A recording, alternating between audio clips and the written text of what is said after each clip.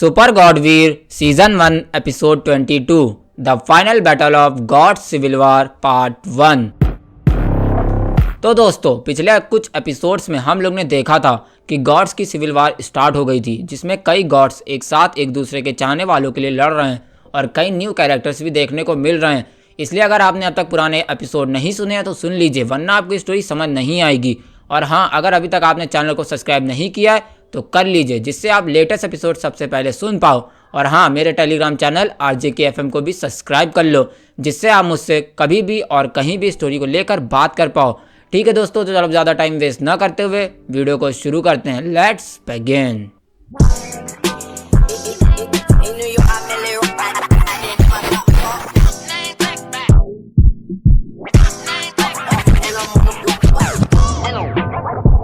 इधर सब लोग देखते हैं कि एक बड़ा सा हल्क जैसा दिखने वाला आदमी उनकी तरफ आ रहा है, जिसकी बॉडी से ब्लू एंड सिल्वर कलर की लाइटनिंग निकल रही है और तो और उसकी नसों में भी सिर्फ बिजलियां दौड़ रही हैं। और वो आदमी कोई और नहीं बल्कि half real God thunder God है, जो कि डेविल्स का साथ देने आ रहा है और क्रैब गॉड को मारने के लिए आ रहा है। इधर थंडर गॉड डेविल गॉड के बगल में आके खड़ा हो जाता है और फिर वो क्रैब गॉड को देखते हुए कहता है, क्रैब गॉड मरने के लिए तैयार हो जाओ, आज तुम्हें कोई भी नहीं बचा सकता है। थंडर गॉड कहता है और फिर इतना बोलते ही एक झटके में क्रैब गॉड के पास टेलीपोर्ट हो जाता है और फिर क्रैब गॉड को उसकी गर्दन से पकड़ लेता है। हालांकि इधर जैसे ही थंडर गॉड क्रैब गॉड को पकड़ता है, वैसे ही क्रैब गॉड एक पंच मारता है थंडर गॉड को, लेकिन थंडर गॉड उसका पंच बीच हवा में ही अपने दूसरे हाथ से पकड़ लेता है और फिर क्रैब गॉड के हाथ को तोड़ देता है, जिससे उसका हाथ फ्रैक्चर हो जाता है और वो दर्द के मारे चिल्लाने लगता है। हालांकि इधर जैसे ही क्रैब गॉड चिल्लाता है, वैसे ही सारे के सारे गॉड्स यानी क्रैब गॉड के साथी होश में आ जाते हैं और फिर वो लोग अपने अपने हथियारों से थंडर गॉड पे हमला कर देते हैं। और इधर वहीं रही बात थंडर गॉड के साथियों की, तो उनमें से सिर्फ डेविल गॉड ही लड़ने के लिए काबिल था, बाकी सब तो बहुत घायल हो गए थे और अपने आप को हील कर रहे थे। इसलिए डेविल गॉड एक्स गॉड से लड़ रहा है और थंडर गॉड एक साथ 3 गॉड यानी अर्जुमुलेले, होली एंजल, स्काई गॉड से लड़ रहा है। इधर वहीं जैसे ही ये 3 गॉड्स थंडर गॉड पे हमला करते हैं, वैसे ही थंडर गॉड को क्रैब गॉड को छोड़ना पड़ता है। हालांकि थंडर गॉड क्रैब गॉड को छोड़ने के बाद 10-15 बिजलियां लगातार उसके ऊपर गिराता है, जिससे क्रैब गॉड और भी ज़्यादा घायल हो जाता है। और फिर the thunder God crab God को छोड़ने के बाद एक साथ 3 गॉड से लड़ने लगता है और फिर अपनी बिजलियों से तीनों गॉड्स पे हमला करने लगता है। और इधर वहीं तीनों गॉड्स थंडर गॉड की बिजलियों से बचते हुए थंडर गॉड पे हमला करने लगते हैं और फिर एक हमला करता है तो एक थंडर गॉड का ध्यान भटकाता है। हालांकि जैसे ही कोई भी उसके पास पहुंचने वाला होता है, यानी कि जैसे ही उसे कोई अपने हथियार से टच करने वाला होता है, वैसे ही पता नहीं कैसे वहां पे बिजली का अटैक हो जाता है, जिसकी वजह से सबको पीछे हटना पड़ता है। हालांकि ये चीज़ थंडर गॉड के साथ नहीं थी, क्योंकि वो लगातार कई पंचेस अब तक तीनों गॉड्स को मार चुका था और उसके हर एक पंच में बिजलियाँ दौड़ रही हैं, जिसकी वजह से तीनों गॉड्स बहुत घायल हो गए। और इधर वहीं बात की जाए devil God versus x God की फाइट की, तो उसमें अब की बार डेविल गॉड जीत रहा है, क्योंकि एक्स गॉड पहले से ही घायल हो गया था, इसलिए अब की डेविल गॉड एक्स गॉड पे भारी पड़ रहा है। और इधर वहीं बात की जाए Buddha god, demon god, wolf god और स्नैक गॉड की, तो वो भी अब तक हील हो चुके हैं और उनमें से वुल्फ गॉड और स्नैक गॉड ने क्रैब गॉड को पकड़ लिया है और उस पर पंचेस की बारिश कर दी है और वो बस क्रैब गॉड को मारते ही जा रहे हैं। हालांकि वो लोग क्रैब गॉड के कमज़ोर हिस्सों पे नहीं मार रहे हैं, क्योंकि उन्हें पता है कि क्रैब गॉड को थंडर गॉड मारना चाहता है। इधर वहीं थंडर गॉड ने अब तक कई अटैक्स को डॉज कर दिए हैं और अब तक कई अटैक्स तीनों गॉड्स पे डिलीवर कर दिए हैं। हालांकि अभी ये सब लड़ ही रहे थे कि तभी डीमन गॉड और बुद्धा गॉड आ जाते हैं और वो लोग अर्जुमुलेले और स्काई गॉड से लड़ने लगते हैं, जिससे अब सबको अपने अपने अपोनेंट्स मिल गए हैं। और अब डीमन गॉड से स्काई गॉड लड़ रहा है और अर्जुमुलेले से बुद्धा गॉड और डेविल गॉड से एस गॉड और होली एंजल से हाफ रियल थंडर गॉड लड़ रहा है। और अब हमें यह देखना होगा कि क्या Holi angel half real God को हरा पाएगी या नहीं, इसलिए हम बाकी फाइट्स को साइड में चलने देते हैं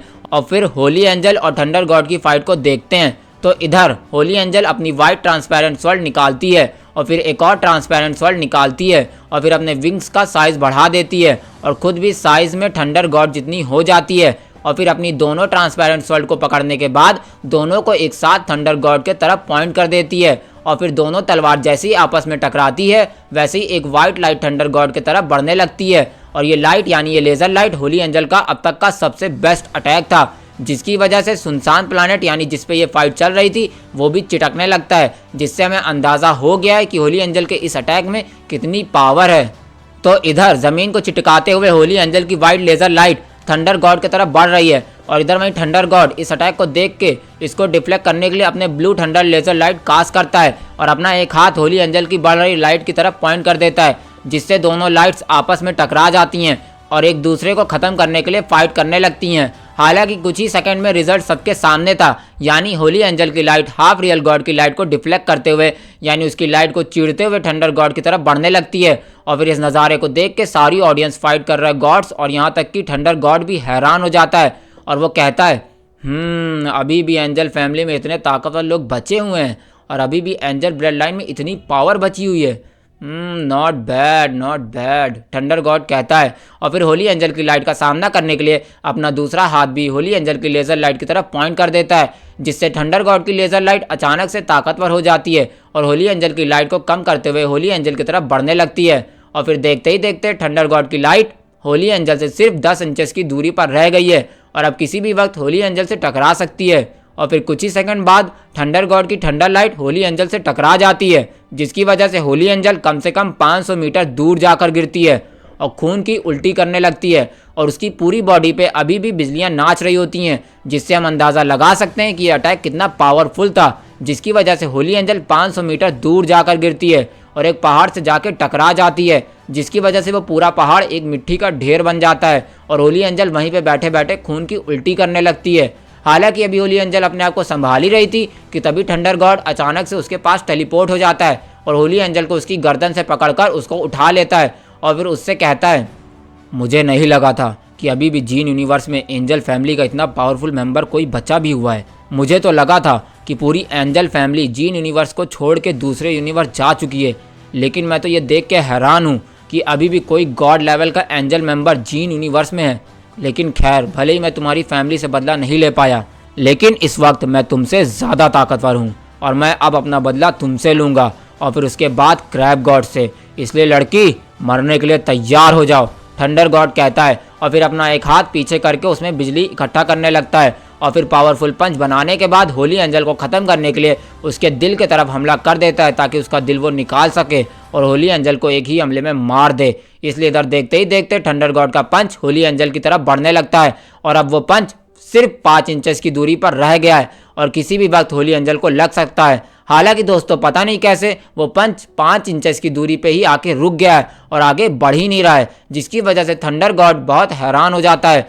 इसलिए वो होली एंजल की तरफ ना देखते हुए अपने पंच की तरफ देखता है और फिर वो देखता है कि एक आदमी ने उसके पंच को रोक रखा है और उसने अपने सर पे पायरेट हैट पहनी हुई है, जिसको देख के ही थंडर गॉड समझ जाता है कि उसके पंच को किसने रोका है। जी हाँ दोस्तों, थंडर गॉड के पंच को नीरा की फैमिली यानी उसके क्लैन के पायरेट गॉड यानी पायरेट क्लैन के गॉड ब्लेड गॉड ने रोका है और उन्होंने एन वक्त पे आके होली एंजल को मरने से बचा लिया है। इधर ब्लेड गॉड यानी पायरेट गॉड थंडर गॉड के पंच को रोकने के बाद अपने एक्स जैसे हथियार से थंडर गॉड के हाथ पे हमला कर देता है, यानी उस हाथ पे हमला कर देता है जिससे उसने होली एंजल को पकड़ा हुआ है। इसलिए इधर जैसे ही थंडर गॉड अटैक को अपने तरफ आते हुए देखता है, वैसे ही वो होली एंजल को छोड़ देता है और इधर वहीं होली एंजल धम की आवाज़ के साथ नीचे गिर जाती है और फिर अपने साइज में वापस लौट आती है। और इधर वहीं रही बात थंडर गॉड की, तो वो पायरेट्स के गॉड को देख के बहुत गुस्से में आ गया है और वो इस वक्त पागल हो गया है, क्योंकि वो अपने सामने उस हर एक दुश्मन के क्लैन वालों को देख चुका है जिनसे थंडर गॉड की बहुत 1000 सालों से दुश्मनी चलती आ रही है।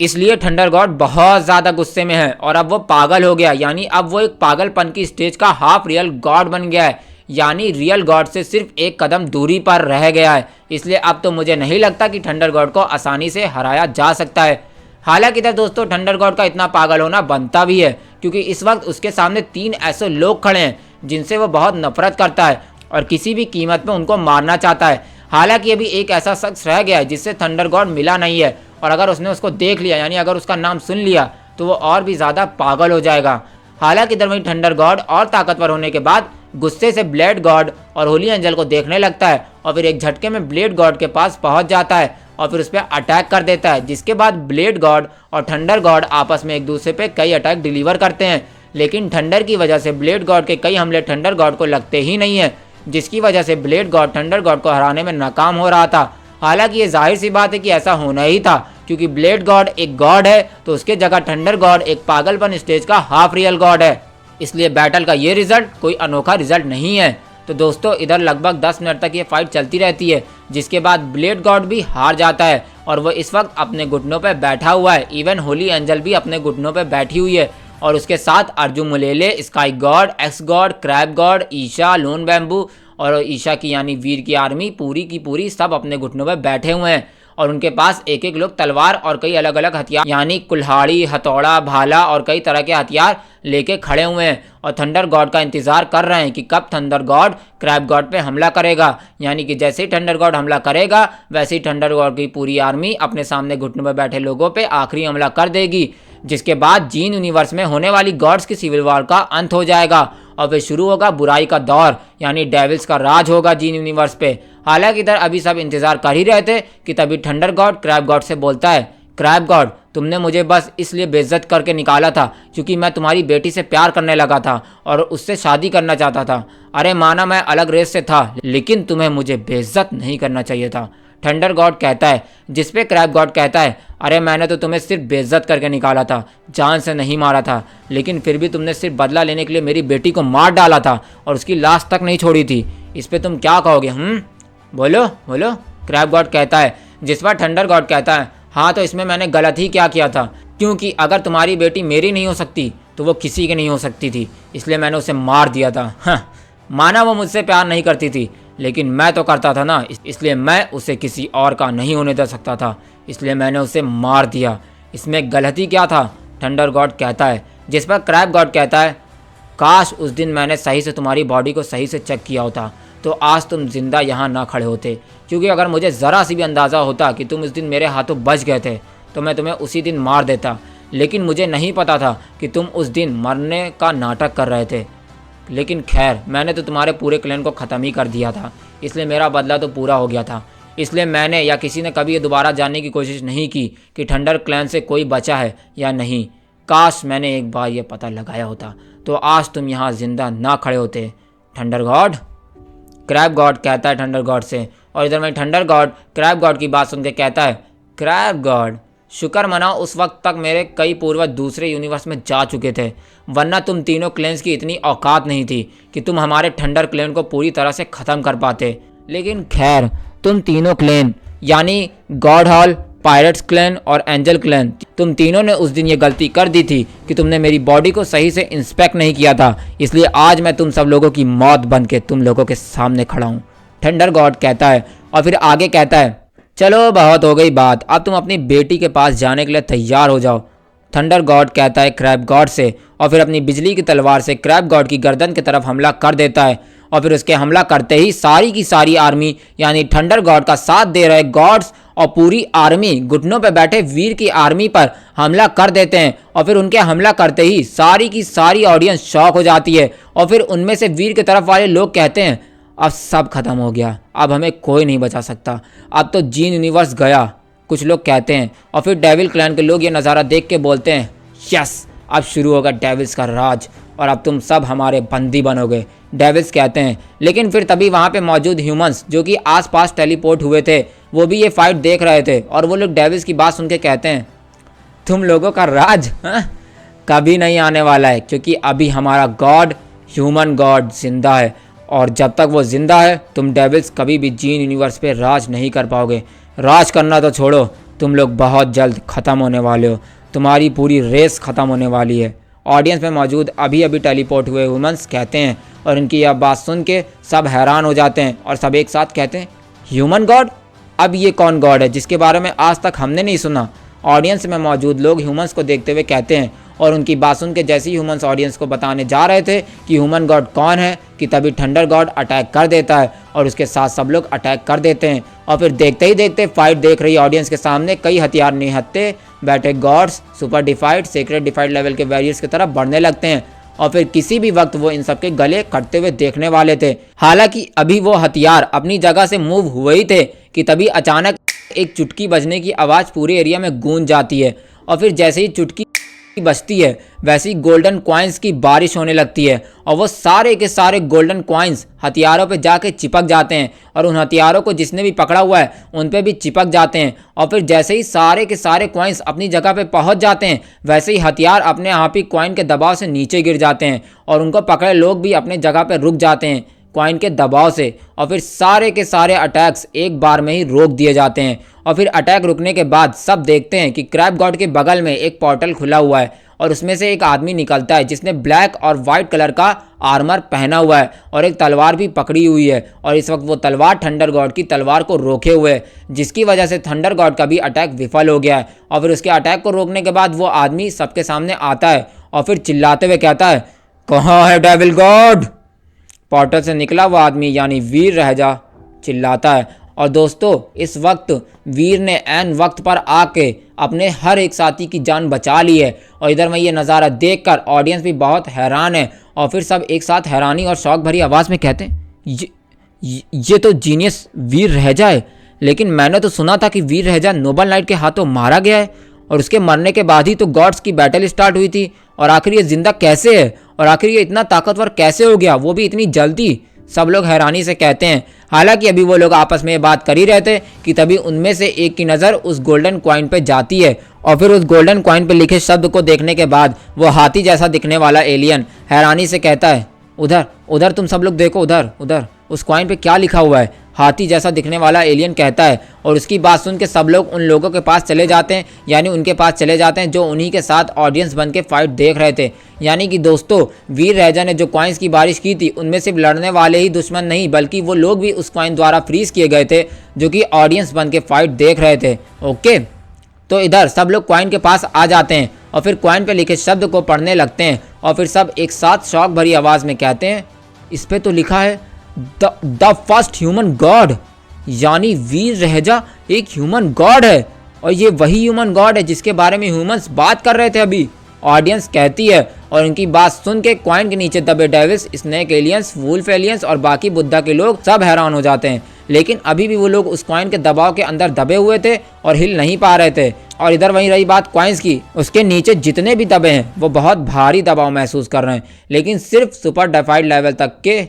और रही बात गॉड्स की, तो उनके सिर्फ हथियार ही रुके थे और वो बस थोड़ी देर के लिए फ्रीज हुए थे, लेकिन वीर के साथियों के लिए इतना ही समय काफ़ी था, जिसकी वजह से वो सब अपने अपने हथियार उठाते हैं और अपने अपने दुश्मनों की गर्दन पे रख देते हैं और खड़े हो जाते हैं। और फिर इस तरह कुछ ही सेकंड में पूरा का पूरा नज़ारा ही बदल जाता है और अब वीर के दोस्त खतरे में नहीं है बल्कि थंडर गॉड के लोग खतरे में हैं, यहाँ तक कि गॉड्स भी खतरे में हैं। हालांकि इधर वीर के साथ ही कंट्रोल लेने के बाद वीर को देख के बहुत हैरान है। हालांकि इनमें से सिर्फ lone bamboo, sky god, axe god, अर्जू मुलेले और उसके और साथी हैरान हैं। हालांकि इनमें से बस 3 लोग ही जानते थे कि वीर बहुत जल्द आने वाला है और वो हैं क्रैब गॉड, होली एंजल और वीर की teacher knife queen Isha. Okay,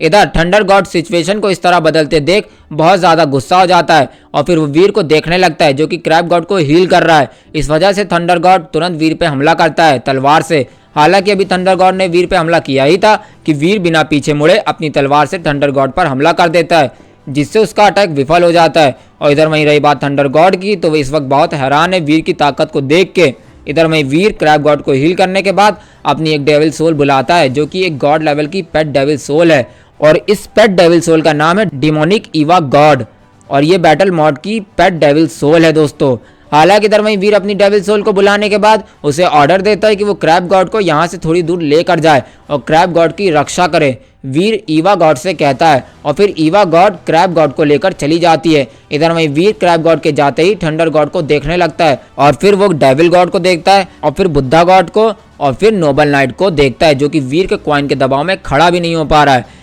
इधर फिर वीर इन चारों को देखने के बाद थंडर गॉड की तरफ फिर से देखता है और फिर अपने आसपास का नज़ारा देखने के बाद और अपने साथियों की हालत देखने के बाद वो बहुत गुस्से में आ जाता है और फिर थंडर गॉड से कहता है, थंडर गॉड तुमने यहाँ आकर बहुत बड़ी गलती कर दी है। मुझे पता है बहुत पहले क्रैब गॉड की बेटी के साथ क्या किया था तुमने, इसलिए आज मैं क्रैब गॉड का बदला तुमसे लूँगा और तुम्हें उतनी ही बेरहमी से मारूंगा जितनी बेरहमी से तुमने क्रैब गॉड की बेटी को मारा था। वीर कहता है और फिर बिना 1 सेकंड का वेट किए अपनी तलवार को पकड़ता है और लाइट की स्पीड से भी तेज थंडर गॉड की तरफ बढ़ने लगता है। हालांकि उसके तरफ बढ़ते हुए वीर चुटकी भी बजाता जा रहा था और उसके ऐसा करते ही सारे के सारे दुश्मनों के ऊपर कॉइन की बारिश होती जा रही थी और वो अपनी जगह पे फ्रीज होते जा रहे थे। इधर वहीं वीर सबको रोकने के बाद थंडर गॉड से 1v1 लड़ने लगता है और फिर शुरू हो जाती है ह्यूमन गॉड वीर रहजा वर्सेस थंडर गॉड की फाइट और फिर तलवारों के एक दूसरे से टकराने की आवाज़, फिर झटका खा के पीछे हटने की आवाज़ और फिर बिजली कड़कने की आवाज़। हालांकि ये सब आवाज़ हर बार आ रही थी, मगर हर बार की तरीके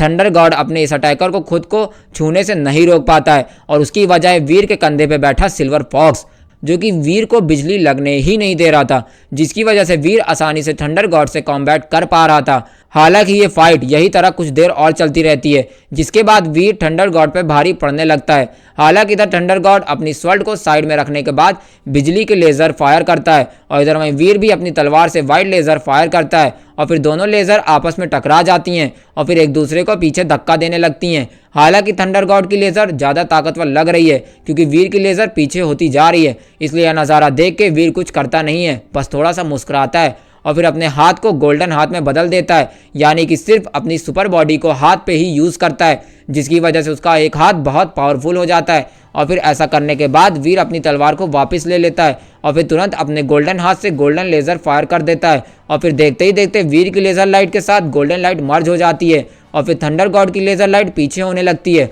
और फिर पीछे होते होते वो पूरी तरीके से ख़त्म हो जाती है, और फिर सबकी नज़रों के सामने वीर की golden laser light thunder God से जाकर टकरा जाती है, और फिर थंडर गॉड उड़ते हुए 1000 मीटर दूर जाकर एक पहाड़ से टकरा जाता है, और फिर वो पहाड़ धूल में बदल जाती है और थंडर गॉड खून की उल्टी करने लगता है। और फिर सब देखते हैं कि थंडर गॉड के पेट में 2 इंच का गहरा गड्ढा हो गया है। हालांकि मजबूत बॉडी की वजह से थंडर गॉड के बॉडी से लेज़र आर पार नहीं हुई, वरना तो इस अटैक के बाद थंडर गॉड मर ही गया होता। हालांकि अभी सब थंडर गॉड को देख ही रहे थे कि तभी वीर टेलीपोर्ट होकर थंडर गॉड को उसकी गर्दन से पकड़ लेता है और फिर वापस वहीं आ जाता है जहां पे वो खड़ा था, और फिर वापस आने के बाद थंडर गॉड के मुंह पे पंचेस की बारिश कर देता है, जिसके बाद थंडर गॉड का मुंह सूज जाता है और मुंह से खून निकलने लगता है। हालांकि वीर यही नहीं रुकता है, बल्कि वो थंडर गॉड को नीचे फेंक देता है और फिर अपनी तलवार बुला के सबकी नज़रों के सामने थंडर गॉड के दोनों पैरों को काट देता है, जिसके बाद थंडर गॉड दर्द में चिल्लाने लगता है।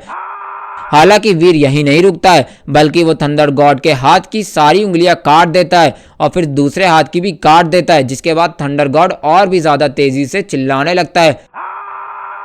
हालांकि वीर अभी भी नहीं रुकता है और वो थंडर गॉड के दोनों हाथ एक एक करके काट देता है, जिसके बाद अब सिर्फ थंडर गॉड की आधी बॉडी ही बची है, और इस वक्त थंडर गॉड बहुत दर्द में है और बहुत चिल्ला रहा है, और वो बस वीर से इतना ही कह रहा है, वीर वीर रह जा, प्लीज़ मुझे इस तरह तड़पा के मत मारो, मुझे एक ही बार में मार दो, प्लीज़ वीर रह जा, प्लीज़ मत मारो मुझे इतनी बेरहमी से, थंडर गॉड कहता है वीर से। और इधर वही वीर उसकी ये बात सुन के मुस्कुराने लगता है और फिर थंडर गॉड से कहता है, थंडर गॉड तुमने भी तो किसी को यानी क्रैब गॉड की बेटी को भी यही तरह मारा था ना, तुमने भी उसके इस तरह ही टुकड़े किए थे ना, तब तो तुम्हें बहुत मज़ा आ रहा था, तो अब क्यों तुम रो रहे हो, मज़ा क्यों नहीं ले रहे हो, लो ना मज़ा, वीर रह जा कहता है थंडर गॉड से। और इधर वहीं थंडर गॉड कहता है वीर से, वीर रह जा, प्लीज़ ये सब बात मत करो, प्लीज़ मुझे मार दो, प्लीज़ मुझे बहुत दर्द हो रहा है, प्लीज़ मुझे मार दो,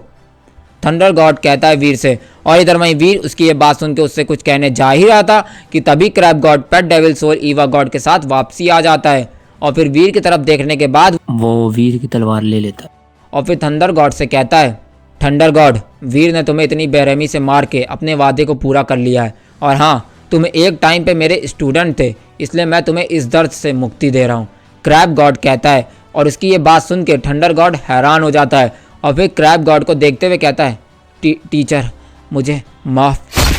थंडर गॉड क्रैब गॉड से माफ़ी मांगने जा ही रहा था कि तभी क्रैब गॉड उसके सर को उसके धड़ से अलग कर देता है और फिर खुद से ही कहता है, मुझे तुम्हारी माफ़ी की कोई ज़रूरत नहीं है थंडर गॉड,